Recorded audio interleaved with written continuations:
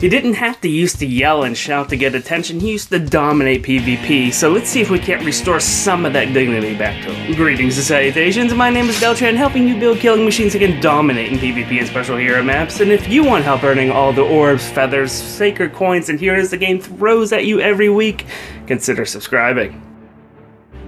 Let's get his digits nice low BST like we expect for an archer. That's good. And our resistance is a dumpster fire, but otherwise we're really not impressing anybody on any of our stats here, even compared to any of our contemporaries. As far as what he swings with, Fujin Yummy is not very delicious. I'm sorry, but I'm leaving that joke in. In addition to being effective against flyers, it gives you pass 2, which is not very great on an infantry unit. But regardless, it does give you might 14, which is the highest might you're going to get on a bow, which is pretty good. Vengeance is something for him to scream about. Whenever he gets hurt, he'll be able to actually deal damage back. Special cooldown 3, so that's pretty decent. And we have close counter. This is the only unit as of recording that has close counter on its A slot. So this is definitely where everybody is all excited about Takumi. And we do have threatened speed 3 down there just to be able to help us double and to be able to get through things. Let's take a look at the obituaries. Okay, scores, nothing really to write home about, nothing to be excited about. The nice thing here is that he is a pretty decent duelist. You need to have that first hit. You need to be engaging an enemy that's already wounded, but then Takumi can be able to finish things off pretty well. And that's basically where his big claim to fame is. Not to mention, it really messes people up, at least it used to, seeing an archer that has close counter on it. There's some people we need to stay away from, like Hector, you know, the catchphrase here, and we can't really engage against other people that hit us on magic like Reinhardt, and people who are just really super strong like Bo Lin there are gonna wreck us. Otherwise, hey, if you're in the sky, you're gonna die. And there's also quite a few other people that we do take care of here, but I do want to point out, look, we're getting rid of people like Baruka who have a really high defense, so nothing in the sky is gonna live whenever it engages with Takumi. Oh boy. Alright, I'm gonna be real with you.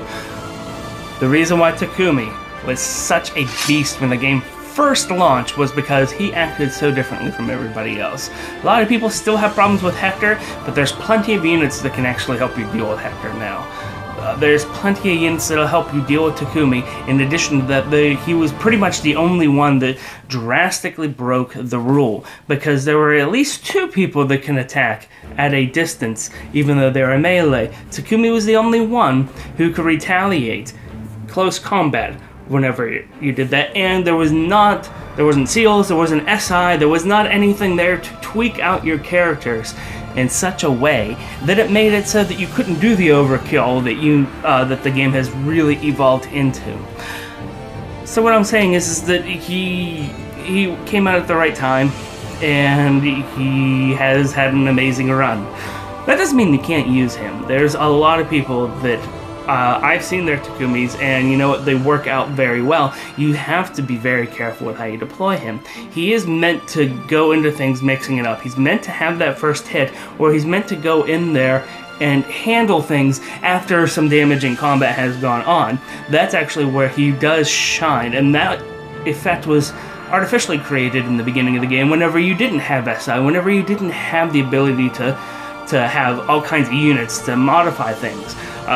The idea that you can go in there, just go ahead and tap him, and then everything's okay, that did not work on him. And so that was where all of his power came from. In order to go back to the glory days, that's the kind of situation you need to have. You really do need to have things that damage the whole field, like Savage Blow. You need to have abilities like basically most of the classic stuff. You're talking about Threatens, you're talking about Seal Attack and Defense, you're talking about Savage Blow. All of those kind of things are what Takumi likes to see in a team. And so if you build a team of those, suddenly Takumi is your all-star. He's killing everything, and it's sort of funny to watch the Screaming Pineapple do this. But unfortunately, no, the game has advanced past him, and it is sad, because I had a very soft spot in my heart for my Takumi. But I have to admit, before I finished recording this video, I got rid of mine as close counter fodder. But you could still really do a lot of good things with him, and we're ready to talk about that. As a matter of fact, I'd like to say that if you're having problems putting your Takumi into a team, please comment down below. Let me see what your barracks looks like. I'd be more than happy to help you figure out a team for you. I don't have a lot of cheap skill recommendations for you, to be quite honest. Go ahead and put reposition on him.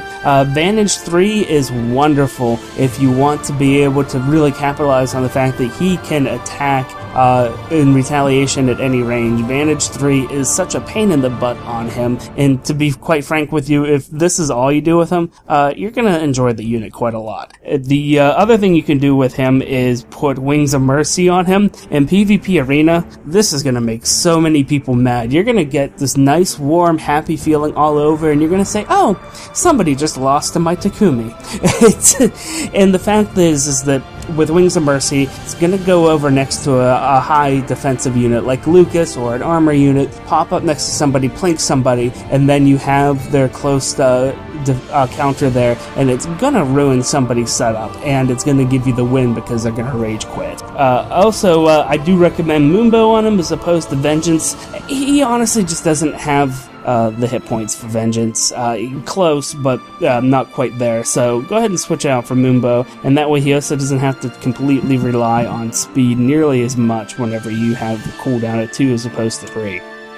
Really only have one complete build here for you. If putting Wings of Mercy or Vengeance on him, or Vantage on him, is not gonna really do it for you, then you know what, you can go the whole Brave Bow route. You're gonna give him life and death, cancel affinity just so that you don't have to deal with all of that shenanigans. And I left Threatened Speed 3 on him, but to be quite honest with you, this is very configurable. You might as well put in whatever is gonna work best for your team. And he's very aggressive. As a matter of fact, if you give him the chance, he's gonna kill so many things, but he's not one-hit killing everything.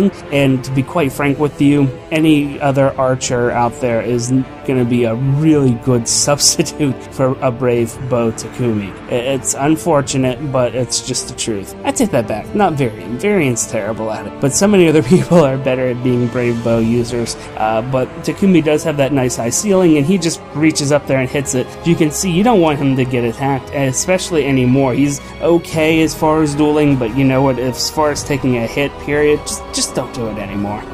Let's take a look at the obituary. 17 and 7. Woohoo! That's some fun numbers to see, and this is without any kind of buffs. If you have good support on him, he's going to be able to take care of pretty much anybody in the DPT, with the exception of the armored units mostly. But otherwise, no, he's doing wonderful, wonderful things for you here. Of course, people like Ryoma and Hector and Xander and Black Knight, people who can get you at a range, you want to just stay away from there, and Celica or anybody else who actually is packing distant defense is going to give you a lot of trouble, so keep that in mind. Otherwise, enjoy slaughtering things. On the flip side, yeah, 22 losses, yikes. So the wet noodles that aren't going to kill us are a bunch of people that mostly have range counter on them. So yeah, you're pretty much dead anyway. It's just delaying the inevitable there. And hey, do me a favor, if you like your Fire Emblem information hot and fresh like Grandma's cookies, hit that subscribe button. My name is Deltran. Thank you guys so much. I greatly appreciate all of you. And until next time, take it easy.